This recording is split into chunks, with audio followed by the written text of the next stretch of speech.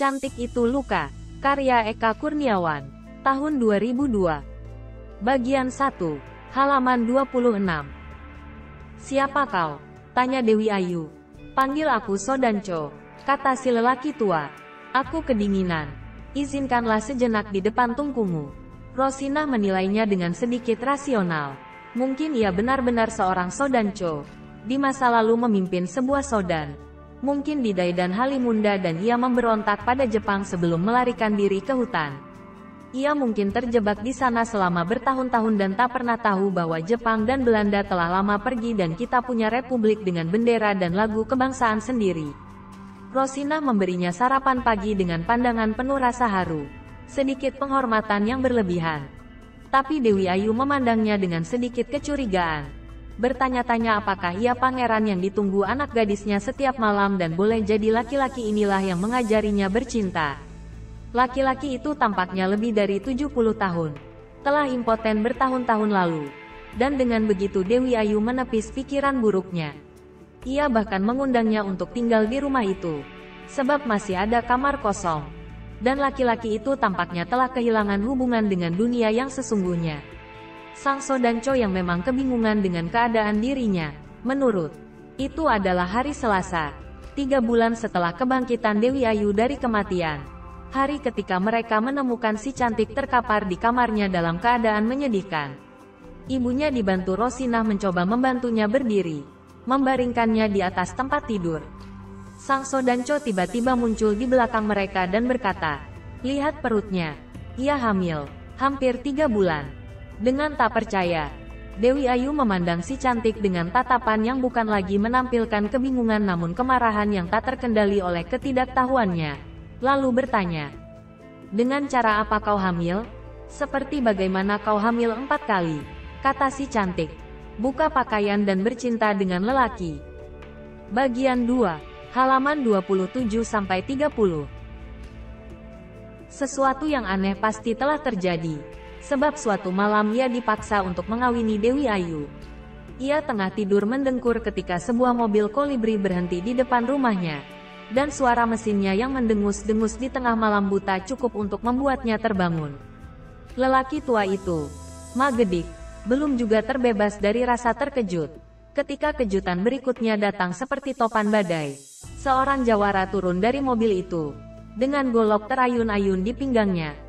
Menendang anjing kampung peliharaan si lelaki tua yang tidur tepat di depan pintu membuat si anjing memberontak dan menggonggong nyaring siap bertarung. Tapi usahanya segera sia-sia sebab seorang lelaki lain, tampaknya pengemudi kolibri itu, menembaknya dengan senapan. Anjing itu melolong sebentar sebelum mati. Nyaris pada saat yang sama si jawara menendang pintu papan sengon gubuk rumah si lelaki tua yang segera terkulai pada sebuah engsel. Gubuk itu sangat gelap. Dihuni lebih banyak codot dan cicak daripada manusia. Di sana hanya ada 2 ruangan yang terlihat samar-samar dengan cahaya bulan dari pintu yang terbuka. Sebuah kamar tidur dengan seorang lelaki tua duduk di ujung dipan kebingungan dan sebuah dapur di mana sebuah tungku dengan abu nyaris memenuhi rongganya berada. Sarang laba-laba malang melintang di sana-sini. Hanya meninggalkan sedikit ruang yang merupakan rute si lelaki tua pergi ke tungku dan tempat tidur dan pintu keluar. Si jawara yang kemudian dibuat terbatuk-batuk oleh bau pesing yang melebihi bau apapun di kandang kuda dan babi menjumput segenggam daun kelapa kering dari tumpukan di dekat tungku. Melipatnya dan membakar ujungnya dengan korek gas menjadikannya obor. Seketika ruangan jadi benderang dengan bayang-bayang segala benda yang bergoyang-goyang. Dan codot-codot mulai berhamburan. Lelaki tua itu masih di ujung dipannya. Memandang si tamu tak diundang dengan kebingungan yang sama. Kejutan berikutnya, si jawara memperlihatkan papan sabak yang ditulisi dengan rapi, tampaknya oleh seorang gadis. Ia tak bisa membacanya. Si jawara juga tidak. Tapi si jawara tahu apa yang ditulis di sana. "Dewi Ayu ingin kawin denganmu," katanya. "Ini pasti lelucon. Sebab impian paling liar pun tak pernah sampai sejauh itu. Ia harus tahu diri. Ia lelaki tua. Telah hidup lebih dari setengah abad. Bahkan janda-janda tua yang ditinggal mati suami-suami di tanah Delhi atau dibuang ke Bovendigul pun lebih suka menimbun amal saleh bekal akhirat daripada berpikir untuk kawin dengan seorang penarik cikar seperti dirinya. Masih untung jika ia bisa memberi seorang perempuan makan.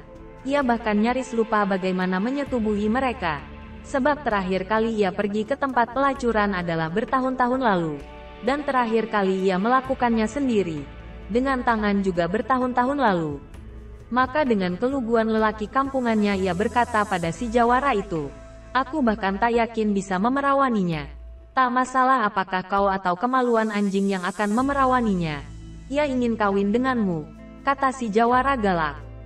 "Jika tidak, Tuan Stamler akan jadikan kau sarapan pagi ajak-ajak." Itu cukup untuk membuatnya menggigil. Orang-orang Belanda banyak memelihara ajak teman mereka berburu babi. Dan bukan cerita bohong jika ada pribumi yang mereka tak suka, akan diadu hidup mati dengan ajak-ajak. Tapi kalaupun berita itu benar, kawin dengan Dewi Ayu bukanlah masalah yang sederhana. Paling tidak, ia tak mengerti kenapa ia harus kawin dengannya. Masalah yang lebih serius, ia telah berjanji untuk tak kawin dengan siapapun demi cinta abadinya pada seorang perempuan yang terbang lenyap ke langit bernama Ma Iyang. Perempuan itu adalah cerita lain, semacam cinta yang tak jadi kenyataan. Mereka tinggal bersama di perkampungan nelayan, bertemu setiap hari, berenang di muara yang sama, memakan ikan yang sama. Dan tampaknya hanya waktu yang menghalangi mereka untuk segera mengawini satu sama lain. Sebab tak lama kemudian mereka telah jadi seorang pemuda dan seorang gadis. Berbeda dari kebanyakan bocah seumurnya, Ma Gedik masih membawa tabung berisi air susu ibunya kemanapun pergi. Terus begitu semenjak ia bisa berjalan dan pergi meninggalkan ibunya. Hingga suatu hari, didorong oleh kebingungannya, Ma Iyang bertanya kenapa ia masih meminum susu itu. Bahkan tak peduli jika susu itu sudah basi, di umur yang ke-19 tahun. "Sebab ayahku terus meminum susu ibuku sampai tua." Ma Iyang mengerti. Di balik rumpun belukar pandan, ia membuka pakaiannya dan menyuruh lelaki itu mengisap puting susunya, yang tengah tumbuh begitu mungil. Tak ada air susu keluar. Tapi itu cukup untuk membuat Ma Gedik berhenti meminum susu ibunya dari tabung bambu dan jatuh cinta sampai mati pada gadis itu. Begitulah segalanya terjadi. Hingga suatu malam Ma Iyang dijemput sebuah kereta kuda. Didandani bagai penari sintren, begitu cantik namun menyakitkan. Ma Gedik yang selalu terlambat mendengar apapun berlari sepanjang pantai mengejar kereta kuda itu. Dan ketika ia mencapainya, ia berlari di samping kereta sambil berseru. Bertanya pada si gadis cantik yang duduk di belakang kusir. "Kemana kau pergi?" "Ke rumah Tuan Belanda." "Untuk apa? Kau tak perlu jadi jongos orang Belanda." "Memang tidak," kata si gadis. "Aku jadi gundik, kelak kau panggil aku Nyai Iyang." "Tai," kata Ma Gedik. "Kenapa kau mau jadi gundik?" "Sebab jika tidak, bapak dan ibu akan jadi sarapan pagi ajak-ajak." "Tahukah kau bahwa aku mencintaimu?"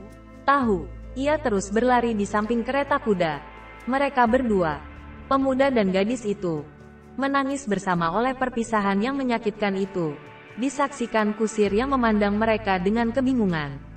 Sikapnya yang bijak berusaha membuat keduanya untuk berpikir sedikit tenang, dan kegilaannya membuatnya bicara kelewatan. Cinta tak perlu saling memiliki. Hal ini sama sekali tak menghibur. Malahan membuat Ma Gedik terjatuh di pinggir jalan yang berpasir. Menangis meraung-raung meratapi kemalangan dirinya. Si gadis menyuruh kusir berhenti sejenak, mundur, dan ia turun berdiri di depan lelaki itu. Disaksikan si kusir tua, kudanya, kodok yang bernyanyi, burung hantu, nyamuk, dan nengat. Si gadis membuat perjanjian. 16 tahun yang akan datang, Tuan Belanda itu akan bosan denganku. Tunggulah di puncak Bukit Cadas jika kau masih mencintaiku. Dan terutama jika masih menginginkan sisa-sisa orang Belanda.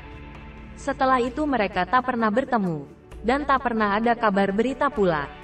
Ma Gedik bahkan tak pernah tahu siapa Tuan Belanda yang penuh berahi menginginkan kekasihnya yang tengah mekar di umur 15 tahun itu. Ia sendiri berumur 19 tahun, bersumpah akan tetap mencintainya meskipun pulang telah tercincang-cincang. Namun kepergian seorang kekasih bukanlah perkara sederhana. Ia memulai hari-hari penantiannya dengan menjadi laki-laki yang lebih gila dari orang-orang gila, lebih idiot dari orang-orang idiot, dan terutama lebih menyedihkan daripada orang-orang yang tengah berkabung. Teman-temannya, Waktu itu ia telah jadi penarik cikar dan kuli angkut di pelabuhan. Mencoba menghibur dengan menyuruhnya kawin dengan perempuan lain. Namun ia lebih suka menghabiskan upah dan waktunya dengan berjudi dan pulang dalam keadaan mabuk arak. Menyerah untuk menyuruhnya mengawini perempuan lain. Teman-temannya yang baik mulai membujuknya pergi ke tempat pelacuran. Paling tidak mereka berharap tubuh perempuan bisa mengurangi nafsu kesedihannya. Waktu itu hanya ada satu tempat pelacuran di ujung dermaga. Sebenarnya dibangun untuk memenuhi kebutuhan tentara-tentara Belanda yang tinggal di barak-barak. Namun setelah penyakit sipilis berjangkit, banyak tentara-tentara itu tak lagi muncul ke sana dan mereka lebih suka memelihara gundik-gundiknya sendiri.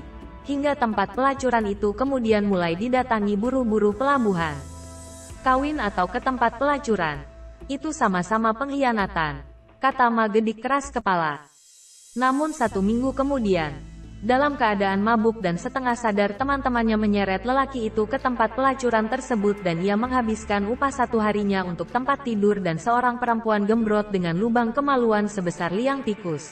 Dan dengan segera lelaki itu terpana oleh pesona pelacuran. Meralat ucapannya. Main dengan pelacur bukanlah pengkhianatan, sebab mereka dibayar dengan uang dan tidak dengan cinta. Bersambung. Bagian 2. Halaman 31-35.